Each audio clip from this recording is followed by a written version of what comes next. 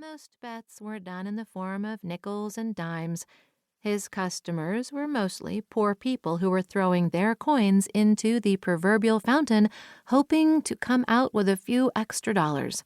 Which is funny because he was poor too. His day job was working in a factory where they made tennis balls, and on nights and weekends, he bartended and waited tables at our hometown Italian restaurant. On Saturday mornings, we would go around and pick up money. Then he would go to the bank, deposit the loot into a safety deposit box, and then he'd take me and my sister for ice cream. At the time, I had no idea what was going on, but I knew that Saturday mornings were fun and the people we visited often had treats for us. Do you remember the line from Goodfellas where Karen says something to the effect of, "Other men were sitting around every day waiting for handouts from their bosses at the end of the month. Mobsters were different. They went out every day and came back with money." It was like that, but without the violence and the huge stacks of cash.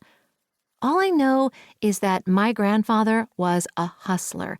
Any job, any opportunity to make money, any work hours, requests, side gigs were always met with a resounding yes. My earliest memories from childhood include picking up cash and playing cards for money. We played scat for nickels, which graduated to blackjack and poker. Some days, I would leave the games with bags full of nickels and dimes. Other days, I'd leave with empty pockets. Either way, the excitement of the game held my attention, and as I got older, I craved higher and higher stakes. I am a gambler to this day. Love the action of the casino. Love the win. Don't mind the loss. I am also a gambler in life, willing to take a chance, throw caution to the wind, bet on myself and others. Sometimes you win. Sometimes you lose. I find that the most successful people do not focus on money. Sure, that's ultimately the end goal for many people, but for most entrepreneurs, me included, it is the thrill of the game. The people willing to gamble, quit their jobs to do something new, take a job that is beyond their current capabilities, or start a business with no idea of how they will pay the mortgage, often become the most successful people. They are the hustlers. They trade in passion, and sometimes they beat the house. For my grandfather, all I know is that his efforts allowed them to pay for cars in cash.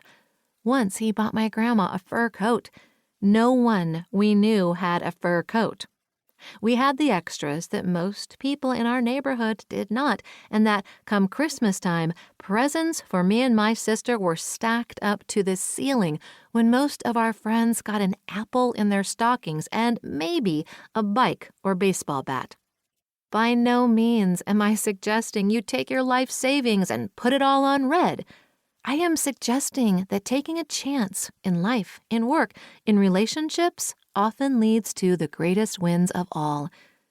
Don't be afraid to bet on yourself. Chapter 2. What's in a Name?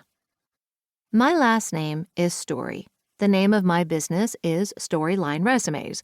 It was like the stars, moon, and sun aligned when I married my husband and took his name. What's the likelihood that my actual last name would reflect what I turned out to do for a living? I tell people we came up with the name of my business over a cigarette, me, and a beer, my husband. After the kiddos were put to bed, we'd venture out onto the tiny front porch of our first house and hang out, chat, smoke, drink, and dream. I knew I wanted to be a writer, but I was not interested in writing books. Ironic, I know. Couldn't make money writing business papers, and while I love all kinds of literature, I am no poet.